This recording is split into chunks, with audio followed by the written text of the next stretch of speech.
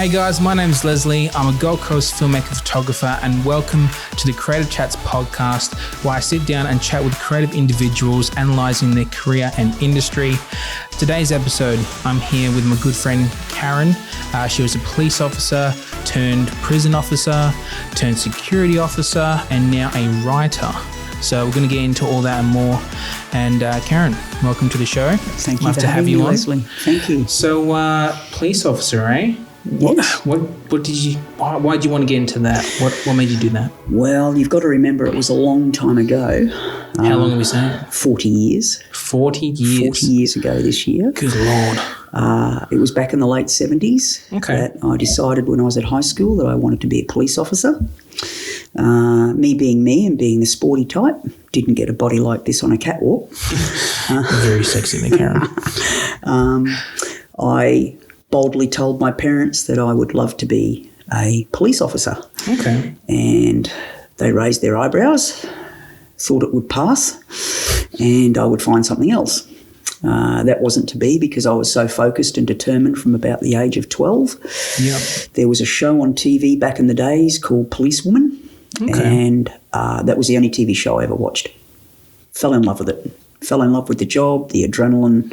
What was it about the show that sort of captured you at that spirit? I think it was the adrenaline rush that these police had. Mind you, it was a TV show, but I thought it was real. Yeah. I was 12 after all. The difference in it, I was never cut out to do office work. I was pretty much an active kid back then. I was always into my sport, very competitive. So it was kind of a perfect fit for me. Yeah. So I pursued it. I got told in my grade 10 year by my then, what do they call them, your guidance officer at high school. I think they have a different title now. I haven't heard guidance officer. Yeah, but that's what we called them. Must be a Queensland thing, I guess. Well, that's what we called them back then. Yeah. And Mrs. Cameron, God love her. Shout out to Miss Cameron. Shout out to Mrs. Cameron if she's still there, because it's a long time ago. Mrs. C told me that I might need to rethink because she didn't think that I would probably academically make it. Yeah. Because I was never at school for the academia, or I was at school for the sport. So when people tell me I can't do something, Leslie, that's when the horns come out, and that's a red rag to a bull. Yeah. So long story short, I became quite determined, and I graduated high school in 1978, finally completed my senior, which everyone was shocked about. 1979, I made the application to the Queensland Police Force, and shock horror to everyone, I was actually accepted because there are about 250 to 300 female applicants, and only 4 were chosen. Wow. Why 4? That seems like quite a low number compared to... It was back then. It was because you got to remember policing for females back then was very much a novelty. Yeah. It was still something new. Yes, we had female police, but it wasn't until probably the mid-70s, 80s that women developed the same powers of arrest and everything as a male officer. Prior to that, they were more seen as crossing officers for children outside schools, or... See, it's crazy how, so much has changed over the years. Correct. Like, now we see women everywhere in police force. So, because I work at down at Surfers Paradise, and there's always, groups of 3 of them, and, there'd be 1 or 2 males, but, sometimes there'll be groups of women out there, and, it's good to see that. And, my brother's friend is also a police officer, just graduated, and she's up now in Cairns, I think. But she's doing fantastic, and there's a lot more now in the force, which is good to see. Well, it was probably our generation of female policing that created the opportunities for the ladies now. Because you've got to remember when I started I actually got accepted and started in 1980. Yeah. I went through the police academy, and we girls did the identical training as the men. So whatever they had to do, we had to do. But it was sad because once we graduated and got into the workforce, we still had the mentality of the 50s and 60s because we were going to work with sergeants who were men, who honestly thought that women did not belong in the job. Yeah, it wasn't equal. It was not equal. Yeah. And I became a victim of that. And that was one thing that basically steered the course of my career. And that was one reason that my career as a police officer only lasted for 8 years. But I'd like to think that I was actually told by the most senior female officer at the time. She'd made it to superintendent, a lady by the name of Veronica Kane, Superintendent Veronica Kane. When all was said and done and it was washed up, she said to me, "Karen, you've lost your career, but in the process you've paved the way for women in this job." Because I refused to sit down and be sexually harassed. I refused to be put in a corner because I was a woman. I used to speak up. So what happened during that time at in the police force? Like what?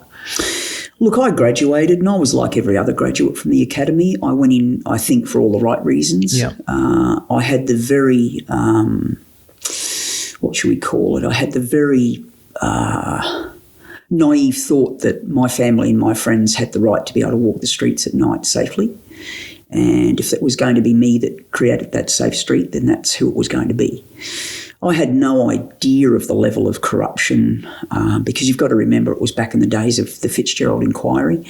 It doesn't get spoken about a lot anymore, but it was the 30th anniversary of the Fitzgerald Inquiry, I think it was last year. For those who don't know what the Fitzgerald Inquiry is, maybe just explain a little bit about that. Yeah, look, Leslie, back here, a lot of people in Queensland, my age bracket, will remember this well.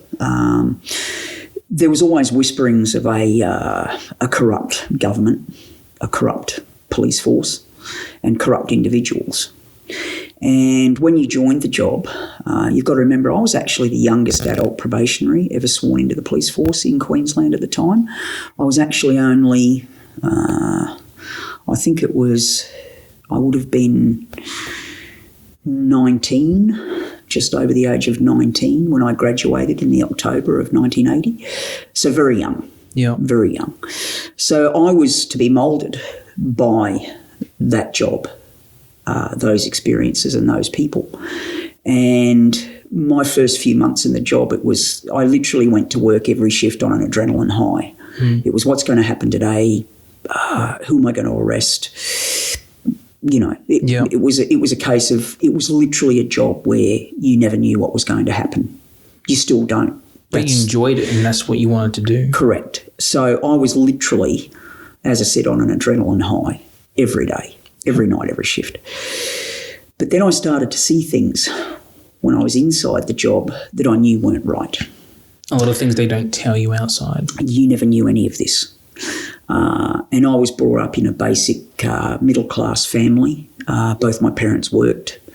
My dad was a teacher. My mum was a nurse. We were raised to know right from wrong. And so my morals and my values came from my family upbringing. And when something isn't right. Yeah. And my first experience of it was I was still a trainee and I'd been posted to what they call mobile patrols up at a place called Petrie Terrace Depot. Again, a lot of old Queenslanders will remember this. Yeah. And our job essentially was we were mobile. We were in a car for 8 hours so that we could respond to jobs quickly, efficiently. And they placed me with a constable first class, I think he was at the time. He had one hook. And we don't have a constable first class anymore. You go straight to senior constable from constable. But this was a 5-year stepping stone. Once you'd got 5 years service, you could get your first hook. Work your way up. Correct. Yeah. Now, this guy drove to work in a gold Mercedes-Benz and he was a constable first class. So me being the naive police officer that I was, I went, wow, that's not right. First clue.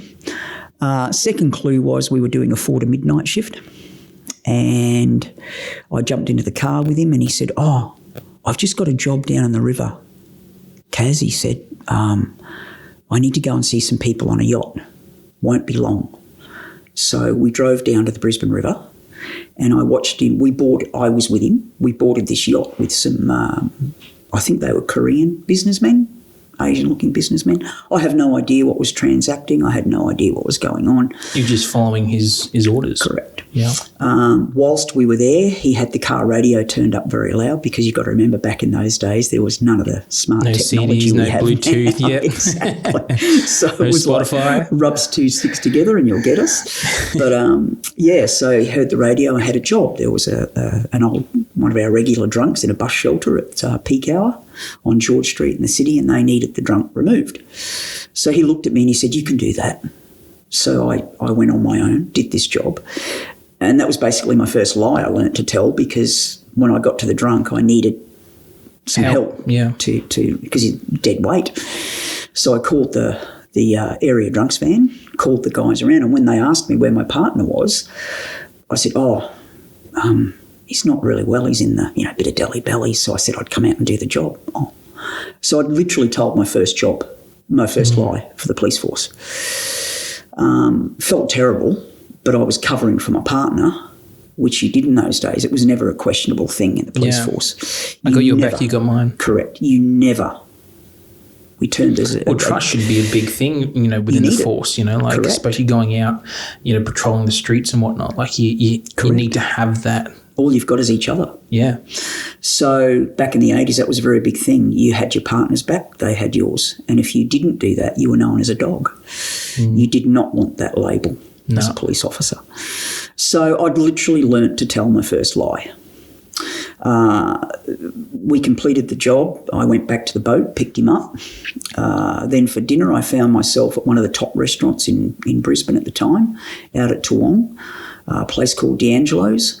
And I found myself sitting in my uniform at the best table in the restaurant. Champagne was poured. Lobster was being served. You've got to remember, this is 1981. Some serious coin being thrown. Some serious things going on, and me feeling sick to the stomach because I knew this was wrong. Leaving dinner and finding out that we were having drinks on a yacht at the Norman Park reach of the Brisbane River. So after that shift, I knew that all was not well in the state of Denmark, so to speak. So I then had my first big decision as a very young police woman in the job about how to handle this situation, how to extract myself from a very corrupt situation. So no one could do it for you back then. You never spoke to anyone above you because you didn't know where the corruption led to. Yeah. We later found out through court that it went all the way to the police commissioner. Because our then police commissioner, Mr. Lewis, wound up serving 5 years in jail. And was it handling cash over and doing little... There was money being exchanged hands, yeah. but he never touched the money. The dirty money wound up at his doorstep, but it was well laundered before it got to him. But the point being, at that time, nobody knew where the tentacles spread. So you went to work every day, you tried to do your job. Then on top of that, you had what I call the normal people in the job who you were given an instruction or a job and you went and did that instruction or job. Yep. Then being a woman, I also found out again that there were men in that job that felt that we should not be there. I had a classic example, and again, in this day and age, if this statement was made to you, you'd never work again as a woman because the lawsuit you would have and the payout you would receive would pretty much set you up for life. Yeah. But I went to a news station and I presented myself to the shift sergeant. He said, "I don't even know what you women are doing here. You actually belong at home barefoot and pregnant behind a kitchen sink. So my coffee's whitened too, love, out the back." Bloody hell. Jeez. I looked at him in shock. Never made the cup of coffee, by the way. Oh, good on you. Very proud. Consequently, it's probably the downturn of my career. By then, the demise had already started, but yeah. So I soon learnt that we were still very much in an era of, you're here, but don't ever think that you're really a police officer. And just a number. Yeah, everything we did after that became a battle. They said males in the job that if we got called to a job, I'd step back and watch just to see how you handled it and reacted. And you effectively earned your stripes. Happy to say I earned my stripes and I earned the respect. So Good the job. one thing I did walk away from it is male colleagues of mine at the time always said they'd rather work with me. So I'm grateful for that. But having said that, another station I went to, the sergeant there thought it was fun to sexually harass me on a daily basis. And he actually physically assaulted me. And until one night he was physically chasing me around the table of the meal room. Wow. And I turned around and punched him. Oh, good on you. Well, the only problem with that was he had me charged with being insubordinate to him. And insubordination in those days was probably one of the only charges that you could actually be fired for as a police officer in our GIs, the General Instructions, which is the Bible. And being like, your boss, like you can't really say anything or do anything, like, your word against his type thing. Correct. So, but me being me, and this is why my career never went anywhere, Leslie, is because I had a mouth. I had a brain in gear and a mouth in go. And I refused to accept that. So I had lawyered up. I had a union rep from one of my stations, a gentleman of a man, too nice to be a police officer, but he became a union rep, and a very good one. And he did say to me one day, look, Karen, he said, it's not about you anymore. It's about the fact that they want you. Because you will stand up and they don't know what to do with you. So he said, I think you need a solicitor. So the police union did. They paid because obviously I was a member of the union. Yeah. They paid my fees for a solicitor, and that went on for the last 5 years of my service while I battled them. And I engaged a female lawyer, which was even worse. Double red rag. Just fuel on the fire. Boom. Yep. And she was an amazing lady. Jennifer was pretty awesome. Yep. And she was able to, the day of the meeting that we were told to be at the district headquarters station with the superintendent and a couple of inspectors, Jennifer just laughed and she said, it'll be all over in 10 minutes. Don't worry about it, Kaz. She said, you sit there and say nothing, which I did. So she engaged. In those days, you could still smoke in a government building, all of that, because you remember it's the 80s. And she used to smoke White Ox, I don't smoke. I don't know. Well, White Ox for you smokers, you'll know it's a packet tobacco. So she'd roll very thick smoke. So we're in this very small room in this pall of smoke. Very Blade Runner-ish. Yeah, correct. You could just see for a movie the scene. It was hilarious. And as I said, I have written a story about my time in the police, and that does make one of the scenes. And it's quite funny. I just can still see all the White Ox. I can smell it. And Jennifer sitting there having a smoke and a puff, and she said, so gentlemen, let me get this straight. Something straight out of the Godfather scene. Let me get this straight. Because if this goes to court, I'm telling you up front that the reason my client, Constable Ketley here, did what she did was to protect herself from a sergeant who'd wanted nothing more than to sexually harass her and have sex with her on duty at that station. So when we go to court, that will be our defence. Are you sure you want to continue with this? They knew about the sergeant's reputation. So in order to save him, again, it was nothing about me. It was to save him. They asked for a 5-minute adjournment. Of course. We took that 5-minute adjournment, stepped into our office, which happened to be the ladies' bathroom, and laughed our heads off. And she said, I told you 10 minutes. She was right. 5 minutes later, we literally stepped back into the superintendent's office, and after a lot of foot shuffling and paper shuffling and all of that, we'll drop that charge at the moment. But I got the lecture about you watch yourself, Constable, and so on and so on. So effectively, Leslie, we won the battle, but the war was yet to be won. And as I said, you don't get away with stuff like that, and the people at top leave you alone. So I knew you won that one, but what's the repercussions of that? Correct.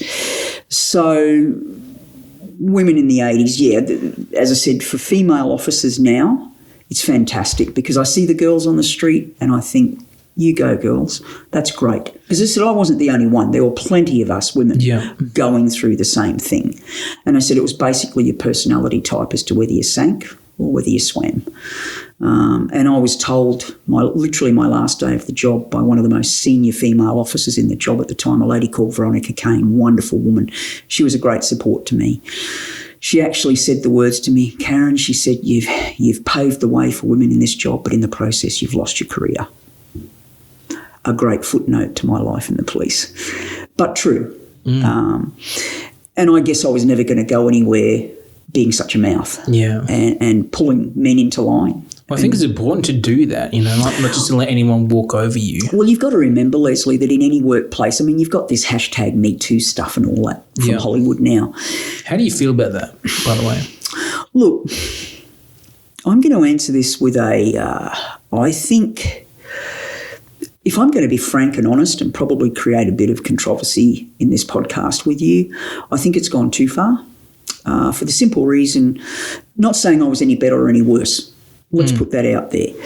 But back as a very young woman back then, in a workplace 40 years ago for women, it wasn't just the police. There were women in journalism. There were women in TV stations. We all know the stories now. If you wanted to be a good... Look at Tracy Grimshaw and people like that now who are the same age as me. At what Tracy would have been through. You can only imagine. The stuff that we were actually subjected to was horrific. It was physical sexual abuse. They thought it was okay to come past and grab you on your bum and stuff like that. They thought that, men thought that was acceptable. Yeah. And then the comments, for example, as a woman in the police force, if I was going out with them, if they knew I was seeing some guy, apparently I was a slut. That's a fact.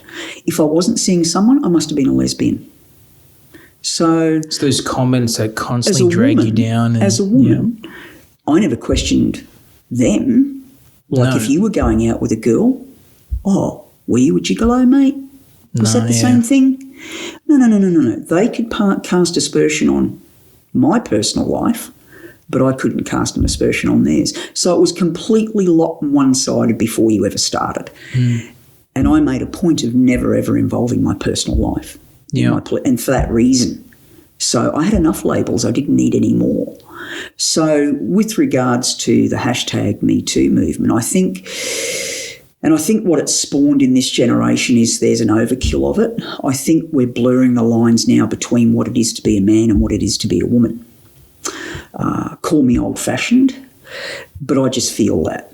Like what happened in Hollywood and what goes on in Hollywood is pretty appalling, and I think we all know that. And for the women that were subjected to that, I'm hearing you, sister. Yep. I'm there with you. Go for it. But I think there now has to be a time where, as men and women, we move on this together and go, there's men that know what treatment is right and wrong. Yeah. And I think it will take you men to call each other out and step up on it.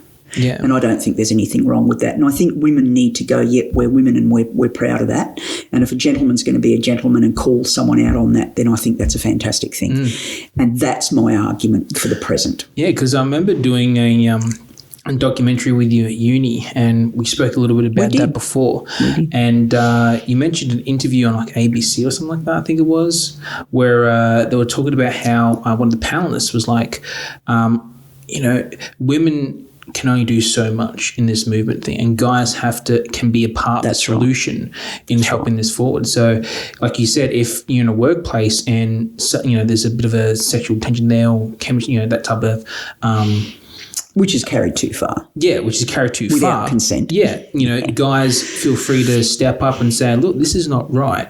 Stop what you're doing and control that sort of situation and help be part of the solution. Bingo. Rather than saying, men are just a problem and, Correct. we can do it ourselves. Correct. I think it's just a self-check thing, Leslie. There's no science, there's no rocket science involved in it. I think it's an easy, simple thing, and I think this goes for any workplace. I don't care whether you're in the police, I don't care whether you're in journalism, whether you're in the movie world, whether you're a secretary, whether you work in an office building, whatever your workplace is, if you see something going on, you know that someone, be it male or female, it works both sides of the fence here. If you see someone in an uncomfortable situation, just step up and call it out. We don't need all the grandstanding anymore. Just call it out. Be done with it. But unfortunately, back in the 80s, we women were just never going to have that privilege because we were working for men who'd been in that job since the 50s, the 60s. They were comfortable. they were so ingrained into what it was to be a man back then, and the police was a manly job. So we really were moving that glass ceiling at a rate that was just unbelievable. So I'd like to think that my legacy, if there is one, of being in that job was what women have today. We helped get them that.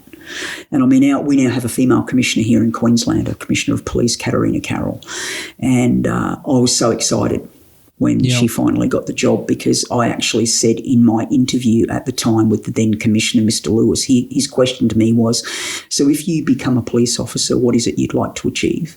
And I'll never forget this 18-and-a-half-year-old kid, Leslie, and I sat there and I looked him straight in the eye and I said, I want to be the first female commissioner, sir. He must have thought, wow, kiddo. Bit crazy. Crazy, but I'll roll with it. And I do believe if my history's right, Katarina got sworn in about 1983. So she was a part of this movement. Yeah. So for her to get through to this and be to where she is, and I think that's just incredible. Yeah, she must have gone through a lot to get to where she is now. Correct. So massive change in 40 years of policing. Yeah. Seems so long now. Yeah, 40 years, it's like, what's that mean? Like 60-something years? Jeez, 40 years. So just means I'm old, mate. Oh, you're young. You're pretty young. I mean, happy days. So what happened after that? Like, you had your lawyer. You went through all that. What's sort of like the next step? Well, then? look, it was 1986. Sorry, I think we had the rumblings of the Fitzgerald Inquiry. Yep. So for people who may see this anywhere in cyberspace that this goes. The corruption in the Queensland Police Force was pretty bad, and it was coming to a head. Yep. And the rumblings were so much that our ABC TV, there was a show called Four Corners, still going today. Yep. And I do believe it was a journalist by the name of Phil Dickey, started turning some rocks up within inner city Brisbane about brothels and licensing and areas where police could become pretty vulnerable and money changed hands. And it got to the point where the evidence was so strong that they decided to hold an inquiry into an official inquiry. And it was a retired judge by the name of Tony Fitzgerald. He presided over it. And I believe it went for nearly 3 years. It was a long time. So in my time, I saw that. It was 1986, and I was going to work some days and going, what's it going to be like? Yeah, the person that I was working beside, turns out that they'd been taken overnight and were now in a jail cell. It was quite shocking. And it was all the news ever was back then in Brisbane. It was amazing. And to move so rapid as well. Correct. So for all of my rumblings about how I did not like what I was seeing, I didn't. And part of my problem was I wouldn't become a part of that game. I refused to be crooked. I was shown ample opportunity, as I alluded to earlier, with the guy with the gold Mercedes Benz. Yeah, the guy with the gold watch, the gold chain. I refused to play those games. I was raised differently to that. And it really broke my heart as a police officer, because I was in there for the right reasons. And I found out that it was all smoke and mirrors. That's not what really was going on inside. So in 1988... August 1988, I turned back into the proverbial pumpkin. I did become very, very ill through the stress and pressure of it all. And the specialist I was seeing at the time, one of Brisbane's most prominent specialists at the time, Dr. Heiner, he was a chest specialist, and I had some really serious issues going on. And he actually told me that if I continued on with it, he'd never get me well. Is that to do with the stress of the job? Yeah. And I was actually told by an assistant commissioner that I would never make sergeant. He would see to it. And I've never forgotten those words. And I knew, because I knew guys that I worked with, that they had the same issue because they were who they were. The writing was on the wall. Yeah, basically. There was no sort of future in that role. No. So it was time to cut the mustard there and run. So, and what did you do then? What was after that? I went from job to job, had a bit of a break. I did some security work. Yep. And then in 1992, they closed Bogger Road Prison. in the city and opened up a brand new one called the Arthur Gorrie Remand and Reception Centre. Yep. And funnily enough, there was myself and a lot of other police. We decided that it would be a great opening for ex-police to become prison officers. Yeah. So I applied and lo and behold started my career as a correctional officer. So I was out of the frying pan and into the fire. So Arthur Gorrie, for anyone who's not familiar with the correctional system, is a men's prison. It was what they call a remand and reception centre and still is today, where we virtually take people off the street who've been charged, and if they choose that they think that they need a custodial sentence and refuse bail, then they go there. So you're virtually dealing with people off the street, dangerous people, people who are on drugs, etc., etc. So another job that's kind of unusual, kind of different, kind of dangerous, all rolled into one, kind of fun. In a bizarre way. And it turns out training as a police officer was perfect for that kind of background and job. So I did that and I spent 8 years as a prison officer. Wow. So thought I knew it all as a police officer.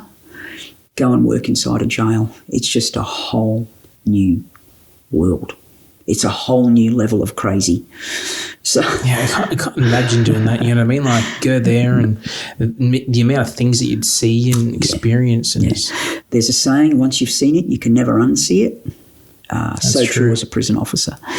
And very sadly, look, I had there's a fairly high suicide rate with policing in prisons, and not many people realise that. But I think if you look up the list of jobs. You'll see suicide, because you've got to bear in mind back in the 80s and the 90s, we didn't have back then what we have now, which is counsellors and a lot more support in their role. Yeah, people to talk through what you've seen, what you've gone through. For example, one job in the police force I got called to in the very early 80s. I think it was 1981. Again, I was a kid. I wasn't even 21. Yeah. Where a man had abducted his ex-partner's 3 kids, and they needed a policewoman. Again, this is what we were used for, and it was a night shift. Coming to the end of a night shift, 5 a.m. in the morning, and we got there, and this guy had a loaded shotgun. Now, guns were unheard of in Brisbane back in those days, pretty much. So my dealings with a person with a weapon that was loaded and you've never been in that situation before. Pointed at me. Yeah. The person was affected by alcohol, and in the room behind me were 3 little babies, literally babies that he had abducted.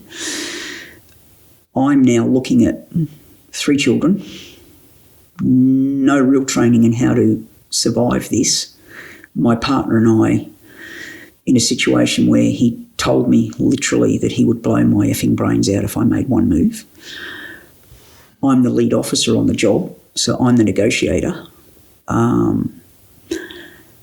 Pretty much no life experience of this, and the reason I'm still here today and I can talk about this is because my partner and I worked in pretty closely together that day, because again, as I said earlier, you've only got each other. Yeah. And Stewie Stanton, if you're still out there, thank you. That was an awesome job. Thanks, Stewie. Shout out to you, Stewie. Loved your work. We actually had a couple of other officers that turned up to the job because they'd heard about it on the radio, thought they'd come and have a look.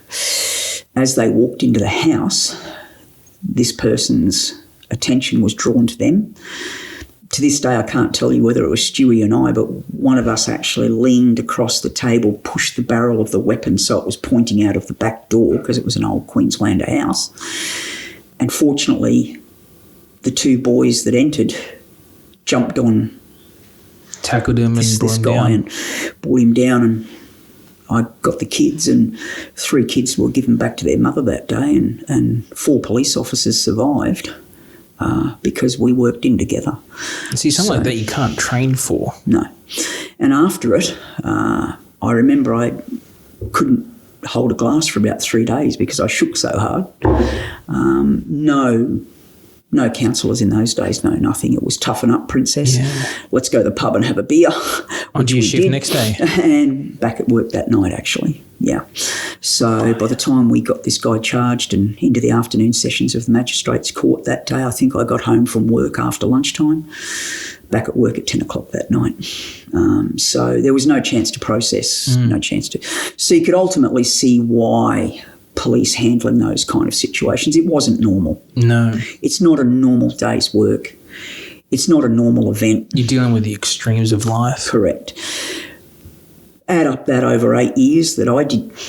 No wonder I'm crazy. So You're probably the most craziest person I know, awesome. Karen. I'm proud of that fact, Leslie. So then move that into a jail. And This is times 10. The people, it's on steroids. The people that you've been arresting are the people you are now looking after. There's a whole separate book in itself. Because a lot of those will have a lot of held on grudges.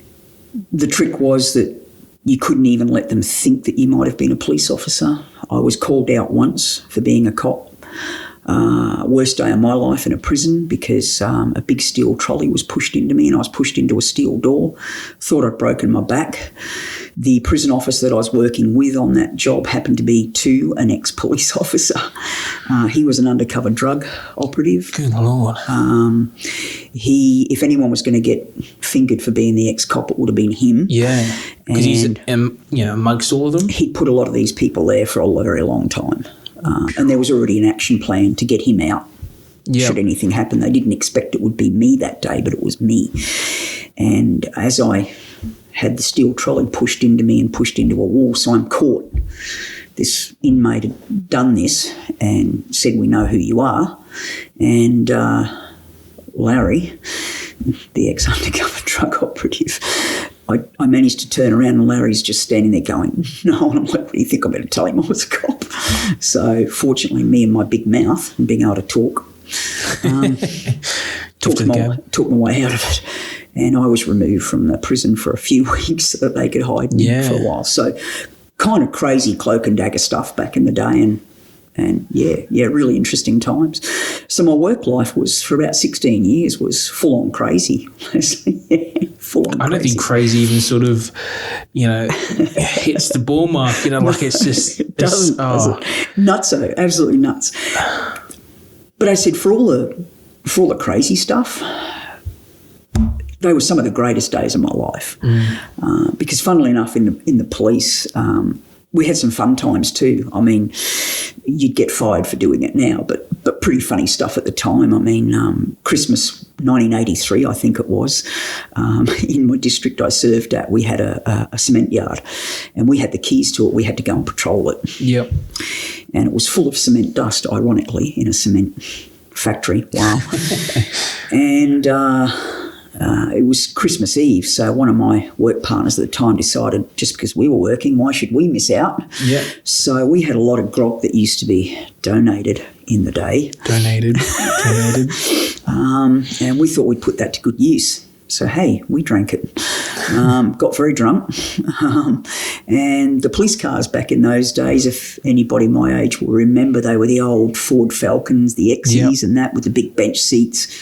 And we used to have the big dome light in the middle and two little side lights. We used to call them the Mickey Mouse ears because it wasn't a real job.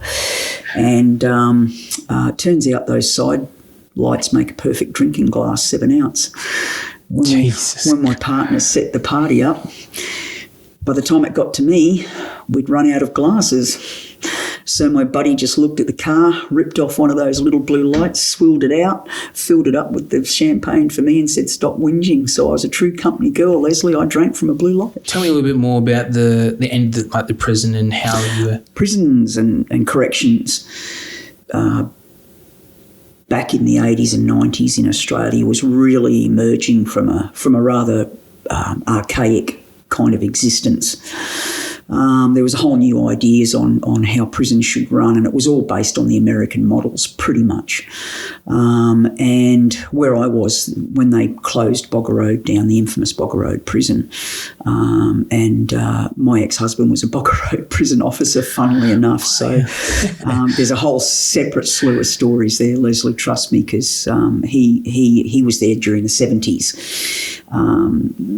And amazing stories, and a lot of his colleagues I worked for and with, moving through Arthur Gorrie, and then I went into Queensland Corrections and worked at Moreton A Correctional Centre, and I worked with a lot of the people that had worked with him, and those guys can seriously tell you some amazing stories.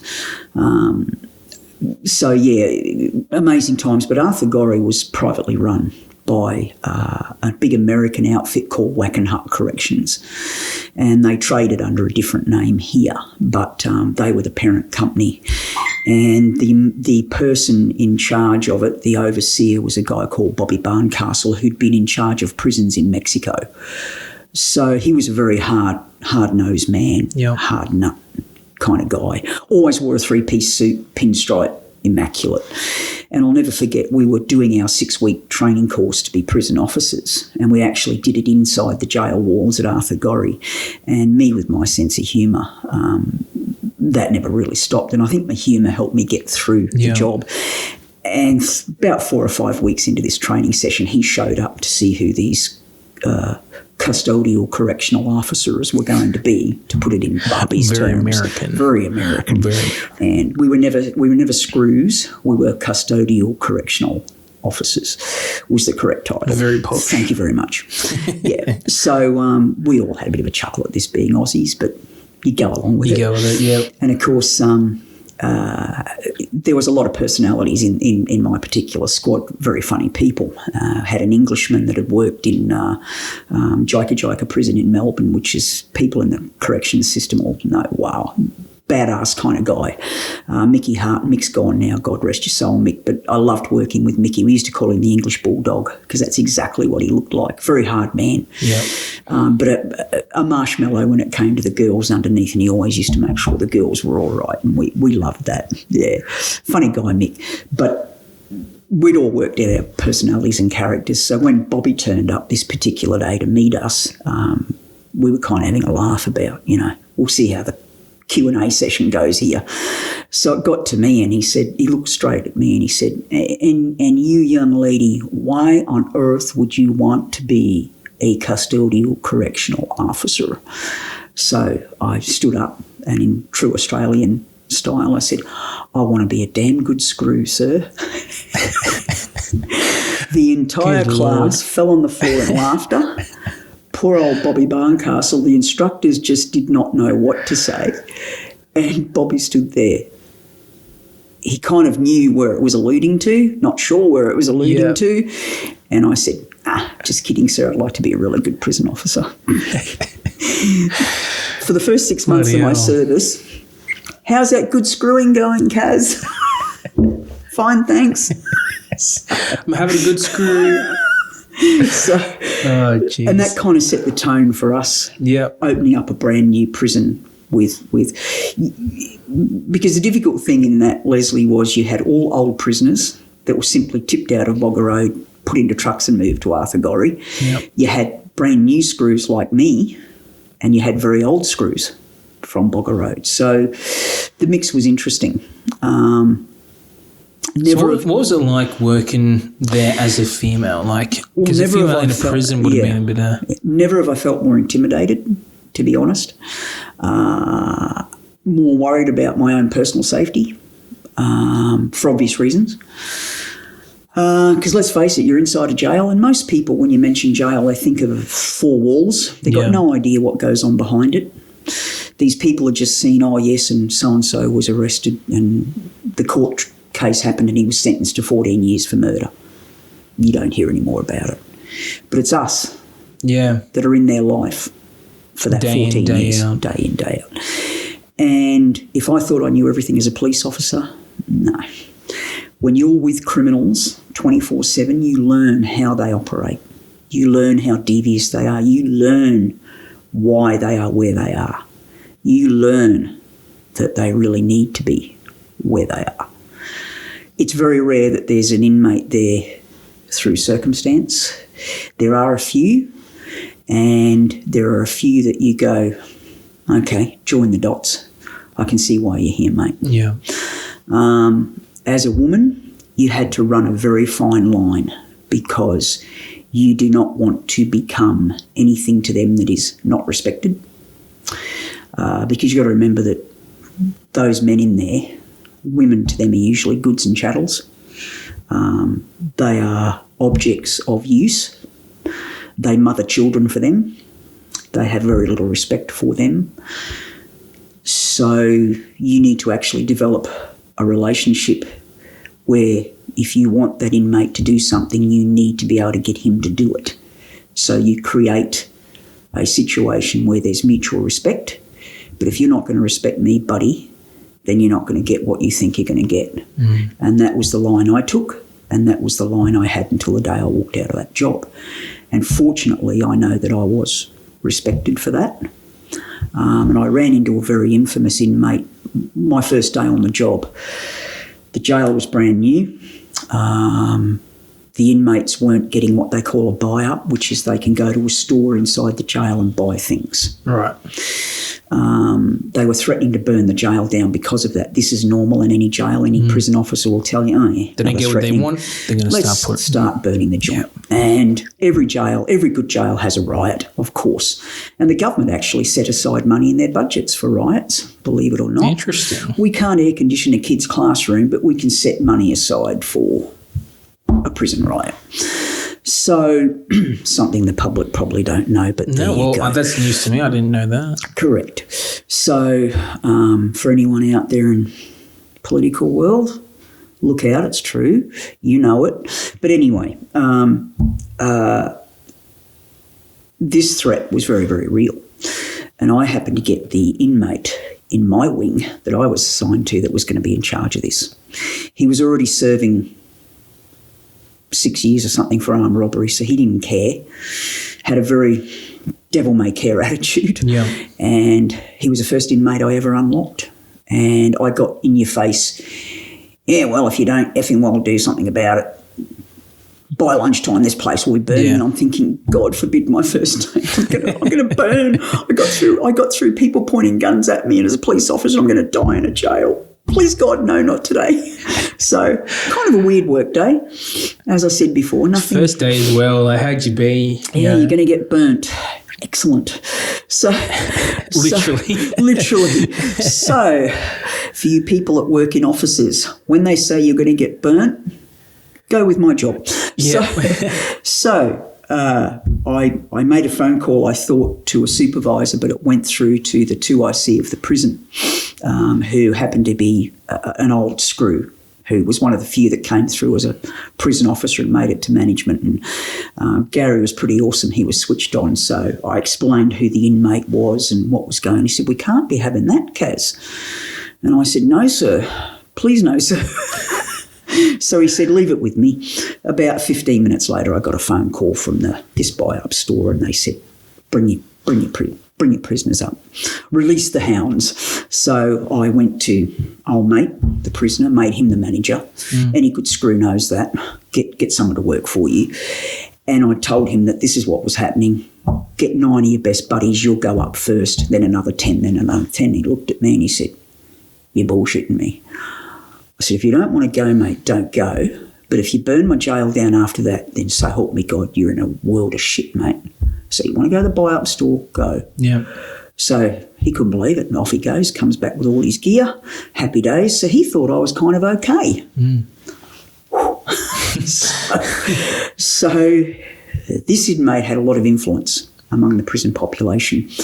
Any issues, he kind of became a protector. You leave Miss alone. She's one of the good ones. Yeah. So when he got moved through the jail system and I went to other jails, he'd always appear. So I was very lucky like that. But there were circumstances, as I said, where I was one day fingered for being an ex-cop, and my work buddy was an ex-cop as well. And that's kind of clench your cheek stuff, and I'm not talking about the cheeks on your face. Yep. And that really is your ticker's going like this and your pucker's going like this. So interesting for anyone in the job, but again, being a female, we had to learn. And look, unfortunately, Leslie, there's male prison officers that got suckered in, and females that I worked with that I became very shocked about that had actually started sexual relationships with inmates. So again, a whole separate world. A lot of stories. A lot of stories. And funnily enough, it wasn't while I was in the job, but it was quite a few years afterwards when my local area I live at. And I actually have written the story, ironically, and I knew you were getting to that. When people found out what it is I'd done for a living, it kind of intrigued them. And I think, again, it goes back to men being intrigued by women in that job. And I never understood it because I lived it. Yeah. And I had a mother who raised me that said you can do whatever you want to do. So it wasn't foreign to me.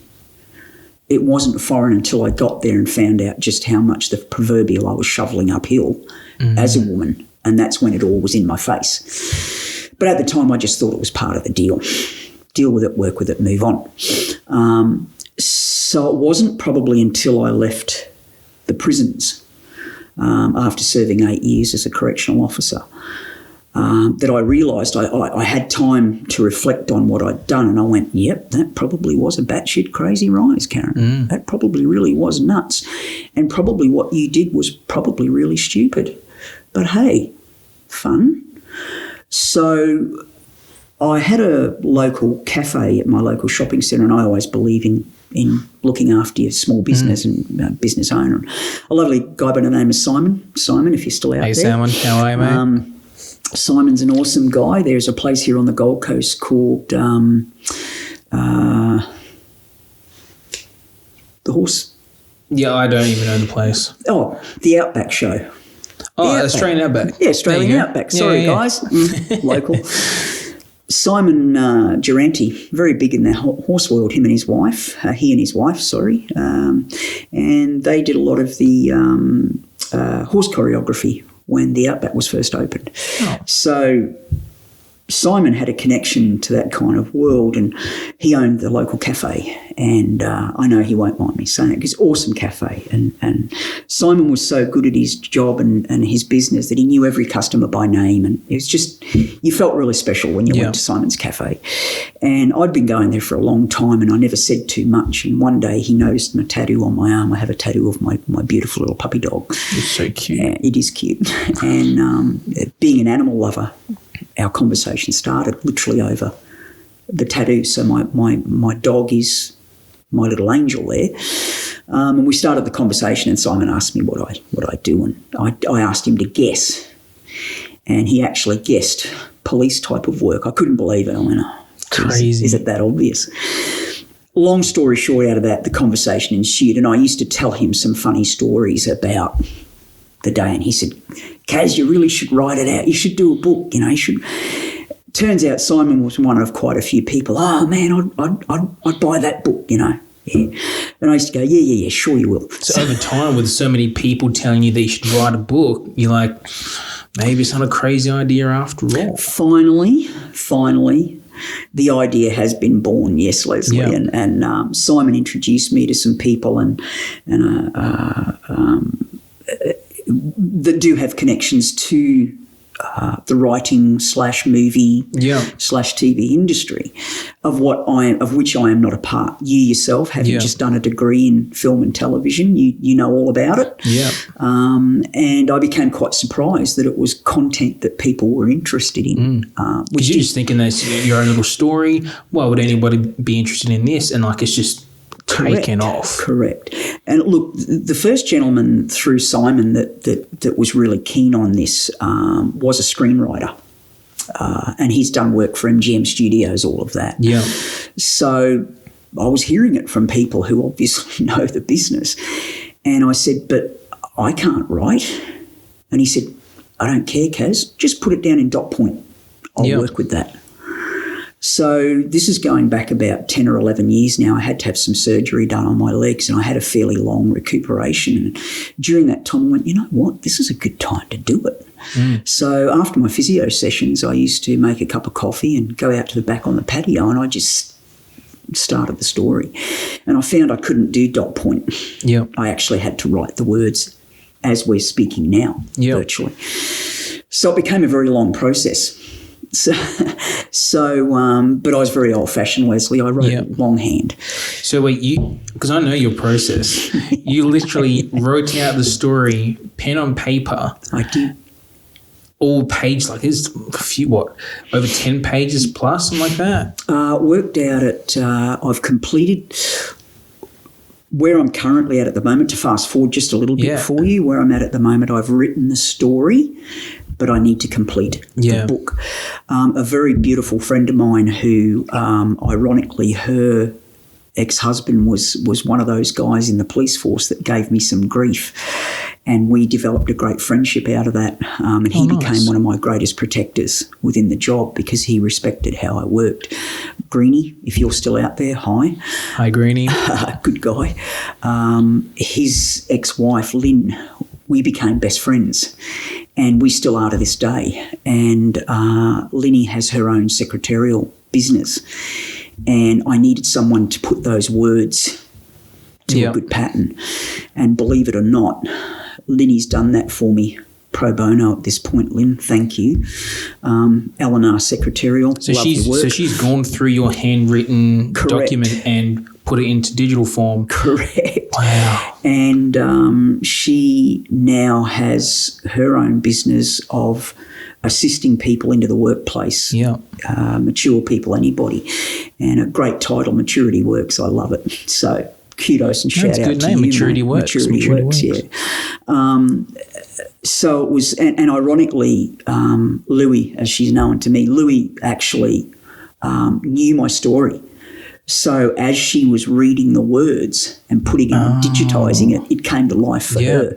So it's been an amazing journey for her as well. So the serendipity episodes that have been happening with this over the last 12, 18 months, Leslie, has been incredible. And as I said, I did do a documentary for you, for uni, and that's kind of at that point I was writing it, and I know you've got film of me doing it. So the good old-fashioned, because I did try it on laptop. Well, you have to do what works best for you. You know, like, yes, we're in a digital age, and like it might be easier for me to, you know, go out and write something on Microsoft Word or an iPad or things like that. But, you know, I guess the lesson that we can take from this is that, you know, if it works for you doing one technique over something else, then do it. You know what I mean? As long as you're creating and getting it done. That's it. And the longhand worked for me because the story came out right, with the right tones in it, I guess, because I'm able to describe things like that room with the solicitor and the cigarette smoke, something out of The Godfather, cracked me up. And also there's a lot of stories about jail that I needed to be able to describe that so that people really can go, you needed the time to sort of think about it and then put it down. Yeah. So ironically, when I did that, one of Simon's contacts said to me, hey, do you know you can write? I went, really? Wow. So believe it or not, I've been told a couple of times that yes, I can write. So where's the book at now? Because I know you've said that you've written it. Yeah. Well, close to. Yeah. Look, I've reached a point with it, Leslie, where when Louis digitised it, it turned into about 50 A4 foolscap pages worth. 50 A4. So you're probably looking at a 150 page book. But a lot of content. Yeah.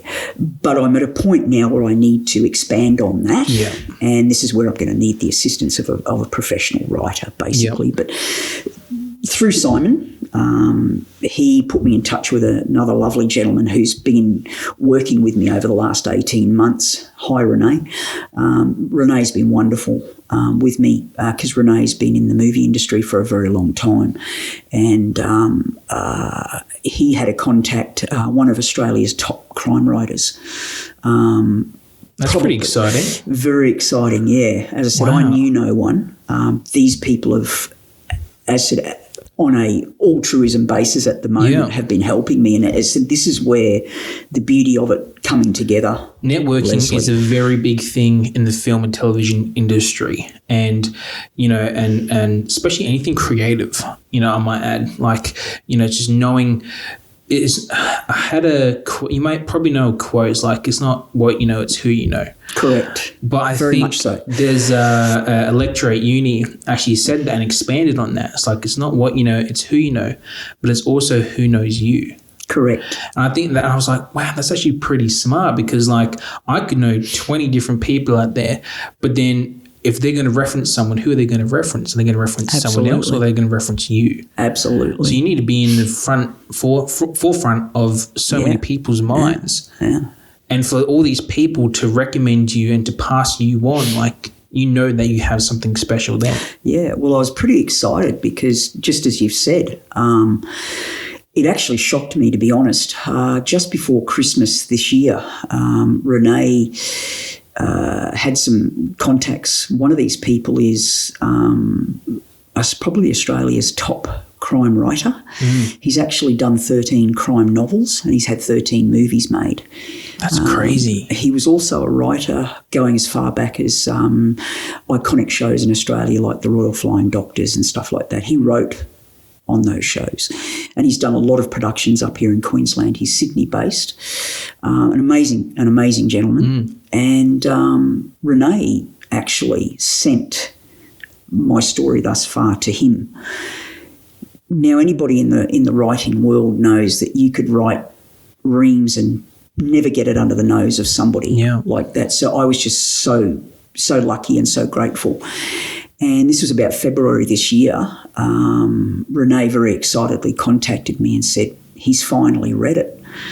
And I was feeling sick, because you can imagine you're talking about a professional top crime writer, and he's in having the a look at industry, this. and my warblings, seriously. So I was almost sick. I didn't want to know what it said, but at the same time I did. Yep. So I said, okay, Renee, let me have it. Tell me about it, please. Yeah, please. He said, Kaz, he thinks it's amazing. He said, you've got it to the point where it's a great story.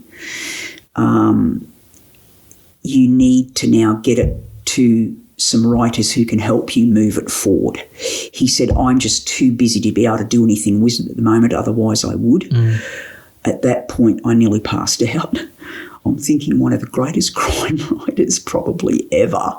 And he's telling me that he's just too busy with everything he's got on his plate. As you can imagine, a man that, because he's got his own production companies, everything going on and stuff. So the fact that I even got it under his nose just blew my mind, and still does, telling you now. So he said, and it would probably be better off to be locally produced in Queensland. Definitely. Because it's based here. And he said, I've got some writers that I know would love this content. So that's the point we were at, and then COVID hit. Yeah. So we're kind of in a holding pattern. Okay. But I'm not too concerned about that. At least you know that there's like some legs with this potentially in the future. COVID, depending, of course. Like, we don't know when that's sort of going to finish, but it's exciting to still know that, one, you've had the Australia's top crime writer interested in it and said that, look, this is actually bloody good, get it out there and work on it more. You know what I mean? So to have all that behind you and a lot of people pushing you to make this thing, like, okay, COVID happens, but then afterwards, there's nothing stopping you from pushing that forward. That's so But in a way, like, COVID also gives you that chance to finish the story, get it done, and then push it off to other people. Yeah. So, what are you doing now during COVID? Like, what's your plan? I'm with regards to the book and to the writing. I'm comfortable with where I've got it to now, because I've had a crime writer and indeed a screenwriter tell me that my style of writing is what's the word? It's people can get into it. Yeah, I guess is It's the type of writing that when you read it, it's very engaging and interesting, that they sort of naturally just go through it. Hopefully, yeah. And as I said, look, I see it as normal, but I get where other people would view this and go, well, none of us have lived that life that you have. So, we're seeing a totally different insight, shall we say, into the workings of the police force back in that day. And, of course, you see old dinosaurs like me getting around, Leslie, and you think, I wonder what their story is. And Lordy knows there's 7.6 billion of us on the planet or something. And as the SBS always says, fun fact that Karen, when we met, I was a barista at Macca's. True. And you were literally just a customer coming in. That's how we met. True, because he made the best coffee. I make the best coffee. And I'm a coffee addict. True. So because we were both had like similar passions and interests, and we had that very outspoken personality, like I think we just naturally got on really and then hung out and coffees, and you've helped me with uni and all these sort of things. So, and it just goes to show that you don't really know who's out there in this story. No. Look, might I add there, Leslie, because of your generation and this podcasting stuff, which is all new to me, I see your generation, and because I have stepchildren and nieces and nephews and close family friends all your age, I love to see what you kids are engaged, or you young people are engaged in, and to be able to help you guys in any way is a pretty awesome thing.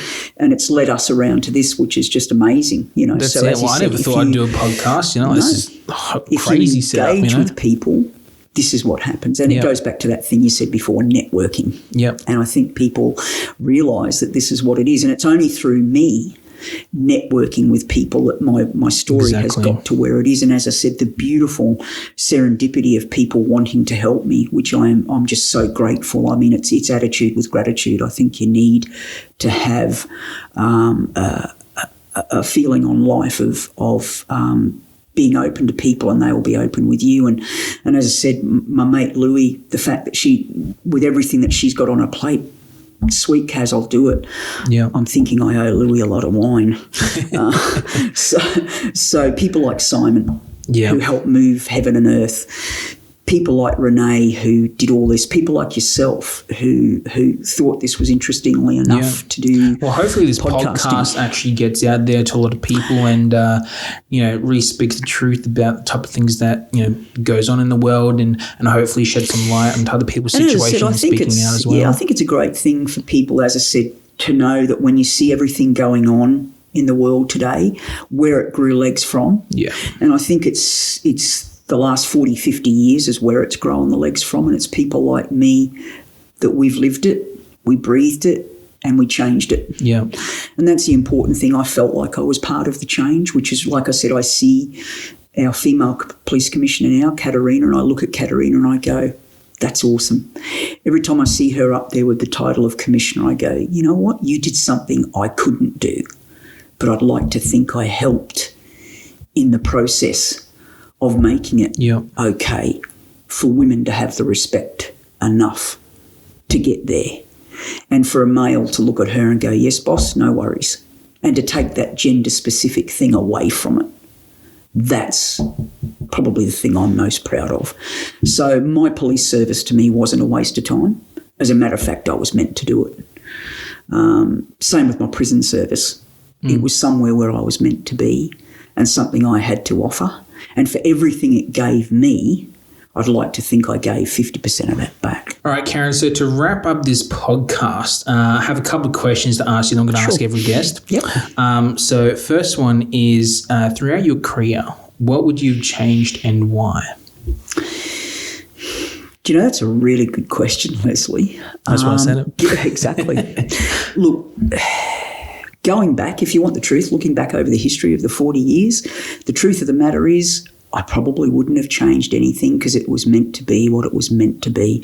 I think that in this lifetime for me, policing was my thing. And I said it only went back to a very naive right and wrong. I've always had a sense of right and wrong. That's my moral compass. And yet when I went in there and found out what I found out, as we've talked about, it was a great shock. And then how women were treated, I think all of those wrongs needed to be righted. Yeah. I think the ship needed to be righted. And I was a very small cog in a very, very, very big wheel. But I'd like to think that my actions back then actually helped change that ship's course. And that ship's course that's on now with regards to having a female police commissioner and stuff like that, I'm hoping that the little things I did, although they were massive agitations at the time, they'd be very minute now, but I'd like to think that those agitations in their time and place have helped make the difference that we foster now. Well, I'm a big believer that, things happen for a reason. Although in the moment, if bad things happen, you might not realise how this sort of affects other things and, get down about and all that sort of stuff. But, looking back on my own life, I've had a few things go wrong, but Correct. Knowing that, those things have led to, and seeing the outcome of those, of what happened, I'm sort of appreciative in a way in that, I've learned so much and grown so much because of those. And Gary Vaynerchuk, I love him to fucking bits. But he talks so much about how although things have gone wrong, people have to see that they've failed. But it's not, you haven't failed. You've just found something that hasn't worked. And you can learn so much from your failures. You learn more from your failures than you do your successes, Leslie. And I think anyone that gets through life and has the challenges, they work it out pretty quick. If we were always successful, we wouldn't be half the people we are. That's it. And if it was easy to do, everyone would be doing it. That's why everyone would be starting a business. That's why everyone would be doing police. It's where's the challenge? That's it. So second question, because it is a creative podcast, I kind of like to ask a creative question. And what is your favourite film? Out of all time, look, I love film. I love watching films. There's a heap. But probably my one standout would be Patrick Swayze in Ghost. Ghost. Loved the film. Whoopi Goldberg. Her real name's Karen. She's got to be seen that. Ooh, you need to watch that. I need, and that's the good thing about this question is that I'm going to get a crap load of list of things to watch. Well, it's the age difference, Leslie. Oh, that's it. My previous guest, Anne, we watched a lot of horror films, and we both agreed that Upgrade was one of the best ones out there. So, that's a more recent film you probably wouldn't have seen, but. Correct. And Ghost, for all of us who know about, is about a beautiful couple who. The wife gets killed. And it's a beautiful story. Beautiful story. Patrick Swayze desires to just see her one more time, and hence the title The Ghost. And the brilliant comedian actress Whoopi Goldberg, whose real name is Karen Johnson, so she's got to be a good person. Oh, interesting. I didn't know that. Her real name is Karen. Interesting. There you go. Ask me any movie questions. No, don't. Karen, we could be here for hours, man. So Whoopi Goldberg acts as the medium where he can revisit Demi Moore, who played his wife. Yeah. I love the concept of Ghost. I love the spirituality involved behind it. I love Patrick Swayze. Patrick Swayze, I have to be honest. Okay, I watched it for Patrick Swayze. Yeah, see, it's all coming out here. It's all coming out the woodworks now. Ladies, he's easy on the eye. The old Patrick Swayze. Swayze hips. I mean, Patrick Swayze. So probably with regards to films, that'd be my favourite, Leslie. Yeah. Awesome. Well, thank you so much, Karen, for coming on the Creative Chats podcast. It means a lot. You're a very big supporter of everything that I do, so it's much appreciated. Thank you for having me, and it's been an absolute privilege. And just watch out for this guy, folks. He's going to go big places. Oh, stop it. You heard it from me.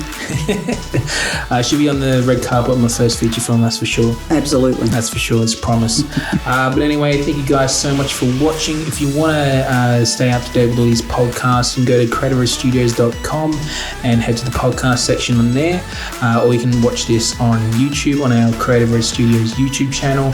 And in the future, you'll be able to listen to this on Spotify and Apple iTunes. But anyway, that's all for me today. Thank you guys so much for watching and listening. I shall see you guys in the next episode.